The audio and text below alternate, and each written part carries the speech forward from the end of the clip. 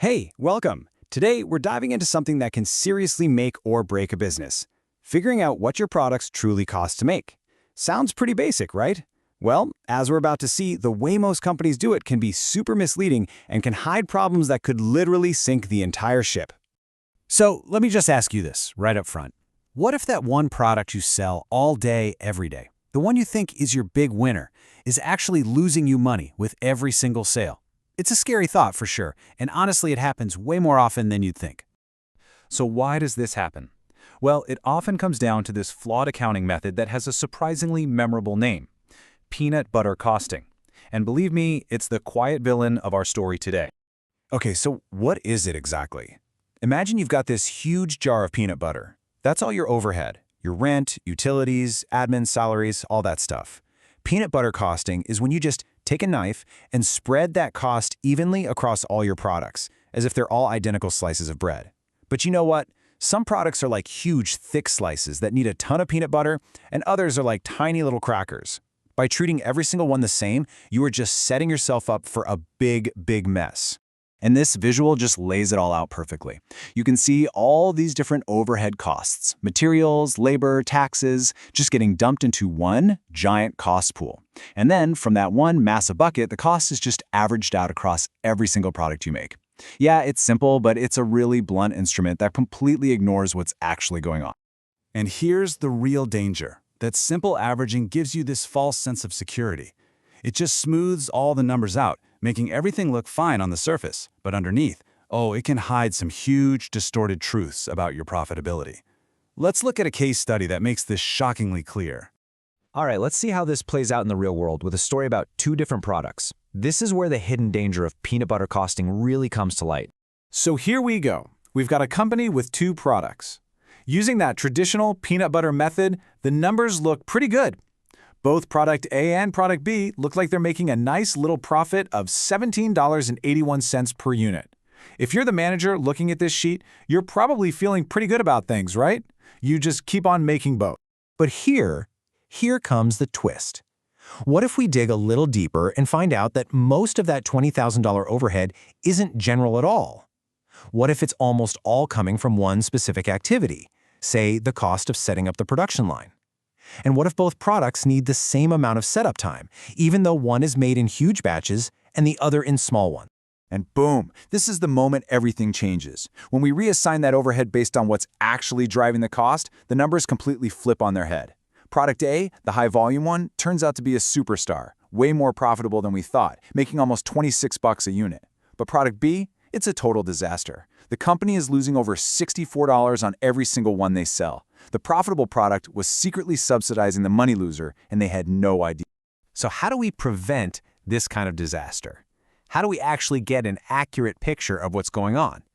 Well, this is where the hero of our story finally makes its entrance. It's a method called activity-based costing, or you'll hear it called ABC. ABC is really a whole new way of thinking. Instead of that one big, messy bucket of overhead, it says, hold on, let's identify all the different activities that are actually causing our costs. Things like setting up machines, designing products, or handling customer service. Then, let's figure out how much each of our products actually uses those activities.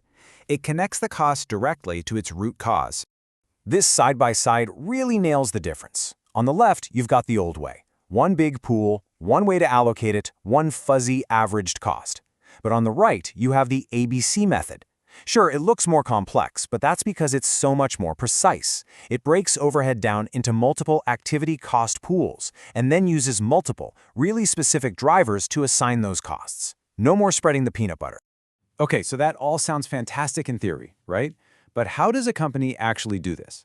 Let's walk through the 4 main steps to get an ABC system up and running. The process itself is actually pretty logical when you break it down. You start by figuring out what work is actually being done. Then, you link your company's resources to that work.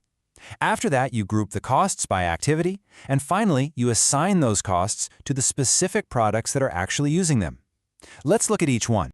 So it all kicks off with step 1, activity analysis. And honestly, this is basically detective work. A company, like our example here, Fabulous Foundry, has to go in and identify all the key activities that are eating up resources. So instead of just a vague number called overhead, they find concrete actions, designing products, setting up production lines, machining parts, you name it. This turns an abstract cost into a real-world to-do list. Okay, next up is step 2. Here, you have to connect your resources to those activities using something called resource drivers. Just think of it as finding the cause and effect link. Like the slide shows, the cost of computer processing isn't just some random expense. It's driven by CPU cycles. The cost of managing materials is driven by the number of hours people are working on it. This step is all about finding that direct connection. Now we're at step 3, and this is where the money really starts to move around. You're allocating those resource costs into the different activity buckets we just identified. So for example, take that $1 million for materials management. The company figured out how many hours were spent on each activity. Since machining took up 45,000 hours, it gets a $450,000 piece of that cost. Product design used fewer hours, so it gets a smaller slice. See, the money is following the work. And finally, we get to step 4, where we connect those costs directly to the end products. We do this using activity drivers. This is the last link in the chain. So all the money sitting in the production setup pool gets assigned to products based on how many setups they actually needed. A really complex product that needs a ton of setups is going to carry a lot more of that cost. It's logical, it's specific, and it gives you a way more accurate picture of what each product truly costs to make. So, after seeing all that, you might be wondering, should every single company just drop everything and implement ABC? Well, let's take a look at when this powerful tool really makes the most sense. The upsides are pretty obvious. You get incredibly accurate costs, and that leads to way smarter decisions about your pricing, what products to push, and how to improve your processes. You can finally see and get rid of wasteful activities. But it's not a free lunch. The biggest disadvantage is the cost and complexity. It can be really expensive and time-consuming to set up and keep running. So here's the bottom line. ABC gives you the biggest bang for your buck if you're a certain type of company. If your overhead is a giant chunk of your total costs, if you have a really complex mix of products with different volumes and demands, or if you've recently gone through some big operational changes, then yeah, the insights you get from ABC are probably well worth the investment. And that kind of brings us to our final thought for today. Whether you're talking about a business, a project you're managing, or even just your personal budget, making decisions based on bad cost assumptions is a recipe for disaster. It really makes you wonder, doesn't it, what hidden costs, what peanut butter assumptions might be shaping the decisions being made in your world?